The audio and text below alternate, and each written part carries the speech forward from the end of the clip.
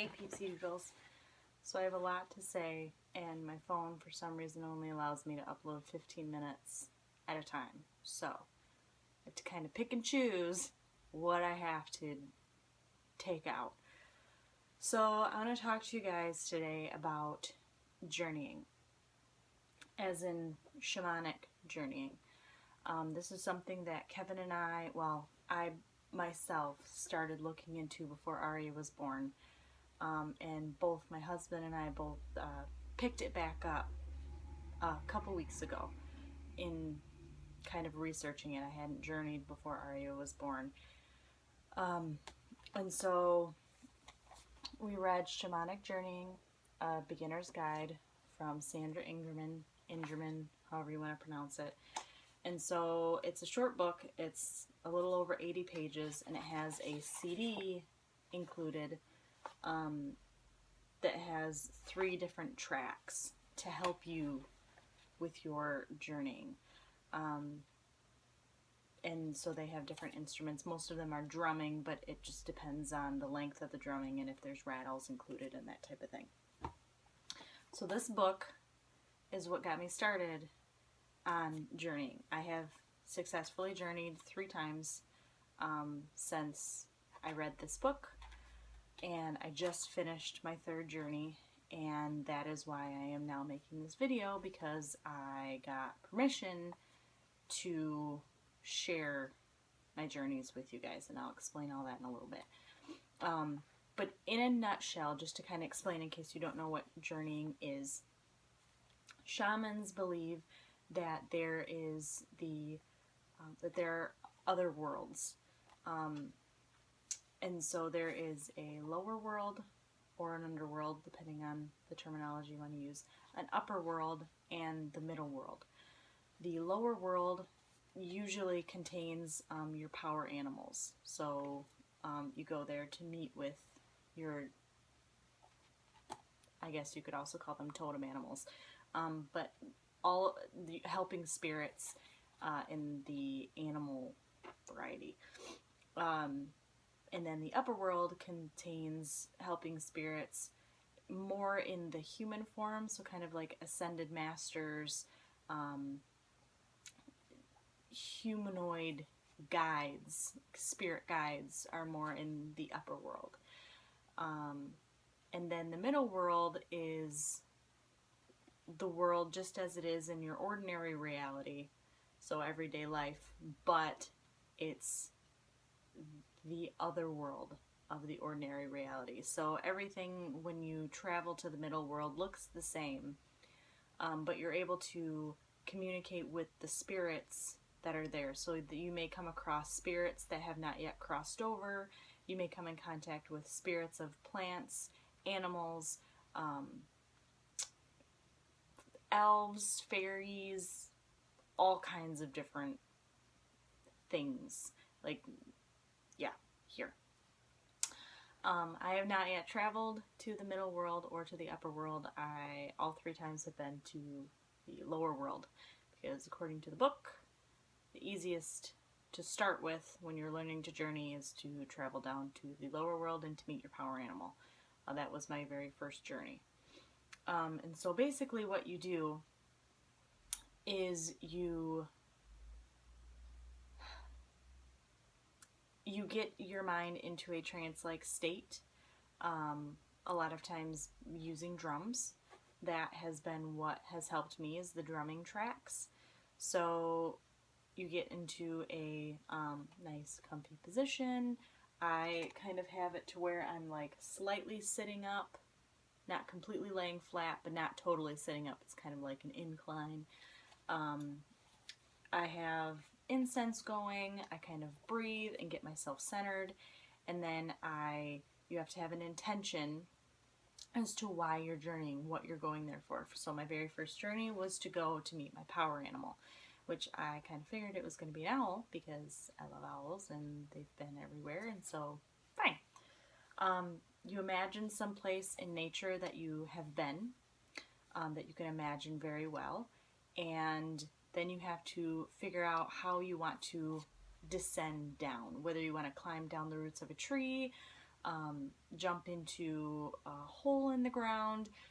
My personal way was, I imagine the place where Kevin and I got engaged, and so there's a river. And for me, I jump in the river and continue to swim down, down, down, and I travel this tunnel. The tunnel leads to a light, and when I come up from the tunnel, I'm in the lower world. And so I could go on and on and on and explain all of this to you, but the best way I can explain is just to get the book and read it, because she goes through everything, and there's way more than I can explain in a 15-minute video. So I learned to journey. So I get to the lower world, and one of the things that you're supposed to do is, as you come across animals, you ask them if they're your power animal. They'll respond to you in some way. They may talk to you. You may have just a knowing. You may see them, and they may shake their head yes or no, and that kind of helps you to understand how your power animal is going to communicate with you. There's a lot of people that start out with journeying who believe that if they don't get there and see images, that they're not doing it right. And that's kind of funny, because the first time I journeyed, I saw the whole thing. I could see images, I could see the landscape. Like for me, it looked like I was on Mars. The ground was like that rusty red color. It kind of looked like Grand Canyon-esque boulders everywhere. Everything was red, like this like rusty red dirt. And I could see the animals, I could see everything. Whereas this third journey that I just went on, I got there and I couldn't see images. There were no images. I knew that my power animals were there, and I knew where they were, and every time I've been there, I can hear them in my head talking to me, but I couldn't actually see images this time. So it was actually really interesting to see the differences in different journeys. So I get there, and the first thing I see is a badger, which is weird. So I asked the badger if he's my spirit animal, and he shakes his head no. So I keep walking. And then I come across a fox. And I ask the fox if he's my spirit animal, or my power animal, and he nods his head yes. And so, we have this conversation where I ask him if he's my permanent power animal, because you can have power animals that come and go, that are in your life to teach you something, and then they go off. The fox told me he is my permanent power animal. He will be with me through everything. He'll be with me regardless of what world I travel to. He's here for me. When I asked him what he was here to teach me, he told me to remember not to be so stressed about life, that life is about the journey. It's about the adventure. It's not about the destination.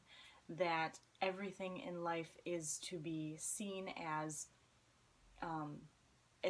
like when you were a child. He's like, I'm here to remind you to seek your inner child and to look at things with the awe and wonder that children look at things. Don't go throughout your day and be stressed because of things that are happening. Go throughout your day and re-look at those same things with the wonder of your inner child. And then he told me to follow him, and he brought me to a pond type thing, and I looked in and I saw a little girl with pigtails. She kind of looked like Boo from Monsters Inc. And I realized that it was me as a child, and that's when he explained to me how, you really need to start looking at things through the eyes of your inner child, which was amazing. So then I asked if I had any other power animals, and I turned around and the owl was there. But when I asked the owl, and it was kind of funny, I could really tell that I was really in a journey, because there were certain things that like when I originally saw the fox, my favorite fox is the fennec fox. And I wanted him to look like a fennec fox, but he didn't. He was a red fox. It was beautiful, but it's like your mind, you try to change them into what you want them to look like, and they change back. They're like, no, this is what it is. When I first got there and I saw everything was red, I tried to change it to what she said her journey looked like in the book. And when I tried to change it, it changed back. It's like, no, Krista, this is what it looks like. So I'm like, okay, trying to let my mind go and let things be the way they're supposed to be. So when I saw the owl, I wanted to see a barn owl, my favorite owl. What do I see? The gray owl. Now, the gray owl is an owl that scares me. I don't know what it is about them, but it's their face. They're just not an appealing owl to me. So when I saw him, I was like, no, why is the gray owl my power animal? Which all species, so like if with the fox being my power animal, all species of fox are included in that. It's just sometimes your power animal will appear as different species of that animal to relay messages. So the owl told me that he was not a permanent power animal. He was only here for a certain period of time, which made me really sad because, as you guys know, I'm an owl freak. He told me that he was here to help me establish a spiritual practice, a daily, consistent spiritual practice, which is why he's been here for so long, because I've been not doing that. He's like, I've been trying to give you that message for a long time, and when I got out of my journey, I started putting things together, and I'm like, that's why I've been pushing that particular species of owl away, because that's actually, and that's why he showed up as the gray owl, because that's the piece I've been pushing away, and he's trying to get me to bring that spirituality into my life. And so it was kind of a little metaphor, and I thought it was really interesting. And Sandra said that a lot of times your animals will speak to you in metaphors, or will show you symbols, and so I thought that was awesome after I got out and kind of rethought about everything. So, we had other conversations, and then I left. But it was amazing. I got out and I really, really felt like the fox and the owl are there for me. And then I started thinking about the fox. And I remembered that when I first bought these books on shamanism over a year ago, there were these little totem pieces, and I think I showed them to you. And the one that called to me was the fox. And it says, "Blessings and magic are afoot, adventure is ahead." And I bought this at the same time I bought this book over a year ago. It's almost been 2 years now. I just didn't know why the fox is who called to me. It's because he's been trying to call to me for a while. In the last, couple months, we've seen foxes in the wild as we're driving. I guess they're not really in the wild, and they stop and they look at us.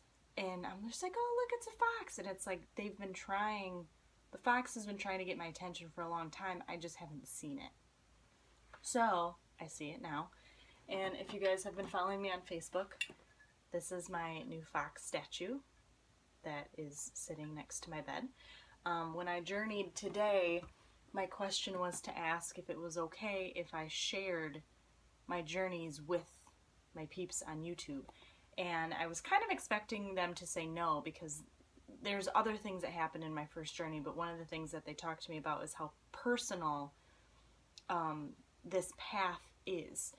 But he told me, he said, absolutely. He's like, with the age that we're coming into, people need to hear about this. They need to hear about journeying. They need to hear about a spiritual path that they can get into, and they can see results. And if they need help, then, have them journey, have them learn, have them come here and meet their power animal. And it's just so amazing, and it's so inspiring, and it's just amazing to know that you're not alone, and you really, really feel like you get there and you know that you're not making it up. You know that your mind isn't making it up, and it's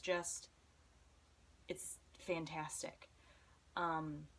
So there was that, and then I talked to my owl today, and he told me I really need to meditate, which I don't have a meditative practice, and that's what he told me. He said, if we're going to start this spiritual journey, this everyday spirituality, one of the big things you need to learn to do is you need to meditate.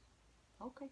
So anyways, I just wanted to share my first couple trips of journeying with you guys, and if you guys are interested, I'll definitely share more, but get the book if you're interested. It is amazing, and I know I only have a couple seconds left, so I hope you guys have an awesome day, and I will see you later.